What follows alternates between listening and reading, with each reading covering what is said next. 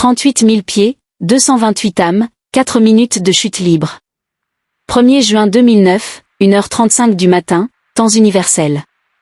Quelques heures au-dessus de l'océan Atlantique, le vol Air France 447 s'arrête des radars. Dans le cockpit, les pilotes luttent désespérément pour garder le contrôle d'un avion devenu incontrôlable. Ils se battent jusqu'au dernier souffle, jusqu'à l'impact final. C'est l'histoire d'une tragédie qui a changé à jamais le monde de l'aviation. C'est l'histoire d'une tragédie qui a changé à jamais le monde de l'aviation. Le vol AF 447 avait décollé de Rio de Janeiro, direction Paris. Une nuit de routine au-dessus de l'océan. Mais à haute altitude, une rencontre avec des cristaux de glace va tout faire basculer. Les sondes pitot, ces petits tubes qui mesurent la vitesse de l'avion, givrent instantanément. L'information envoyée aux ordinateurs de bord devient complètement fausse. Le pilote automatique, perdu, se déconnecte brusquement, rendant les commandes au pilote. Sous l'effet de la surprise et d'une avalanche d'alarmes, une réaction instinctive et fatale se produit. Un des copilotes tire le manche vers lui, faisant cabrer l'avion. L'appareil grimpe violemment, perd sa vitesse et entre dans un décrochage aérodynamique. Il commence alors sa longue plongée vers l'océan. Dans le cockpit, l'incompréhension est totale. On entend l'un des pilotes crier « Mais qu'est-ce qui se passe ? C'est pas possible !» Ce qui suit, ce sont 4 minutes d'agonie insoutenable. 4 minutes où le destin de 228 personnes est scellé. Dans le cockpit, c'est le chaos. Les alarmes de décrochage hurlent sans interruption, créant une cacophonie assourdissante qui empêche toute communication claire. Les pilotes, désorientés, jeunes pour certains, sont dépassés par une situation qu'ils n'ont jamais appris à gérer dans un simulateur. Ils ne comprennent pas que l'avion est en train de tomber alors que son nez pointe vers le ciel.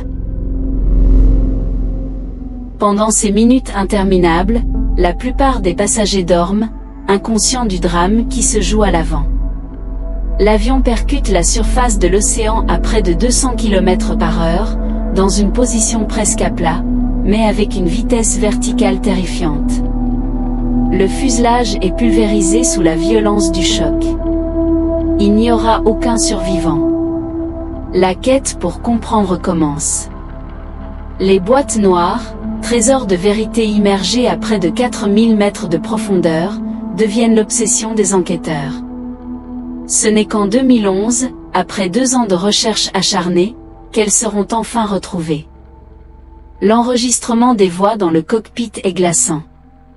Il révèle la psychologie de l'équipage pris au piège, le déni initial, la panique grandissante, puis une forme de résignation face à l'inévitable. On entend des cris, des prières, des fragments de conversations désespérées. Le rapport final du bureau d'enquête et d'analyse pointera une combinaison tragique de défaillances techniques et, surtout, d'erreurs humaines. Une formation des pilotes jugée insuffisante pour faire face à une perte totale des indications de vitesse en haute altitude. Le drame du vol AF 447 a provoqué une onde de choc mondial. La découverte de l'épave a permis de reconstituer les derniers instants et de tirer des leçons cruciales. Suite à ces catastrophes, l'industrie aéronautique a réagi. De nouvelles sondes pitot, moins sensibles au givrage, ont été développées et installées sur toute la flotte mondiale. Mais le changement le plus important a eu lieu dans les centres de formation. Les simulateurs de vol ont été reprogrammés pour inclure des scénarios de décrochage à haute altitude, préparant les pilotes à gérer des situations extrêmes que l'équipage de l'AF 447 n'avait jamais pu anticiper. D'une certaine manière, le sacrifice involontaire des 228 victimes du vol AF 447 a permis de sauver des milliers d'autres vies, en forçant l'aviation à devenir encore plus sûre. Aujourd'hui, le souvenir du vol AF 447 reste une cicatrice dans l'histoire de l'aviation. Cet accident nous rappelle une vérité fondamentale et éternelle, aussi sophistiquée et fiable que soit la technologie, elle ne pourra jamais totalement pardonner l'erreur humaine, surtout lorsque celle-ci est le fruit d'une préparation insuffisante face à l'inattendu. Le vol AF 447 n'est pas seulement tombé du ciel. Il a laissé derrière lui une leçon gravée dans le métal et la mémoire, Une leçon sur l'humilité nécessaire face à la puissance des machines et des éléments. Merci d'avoir regardé.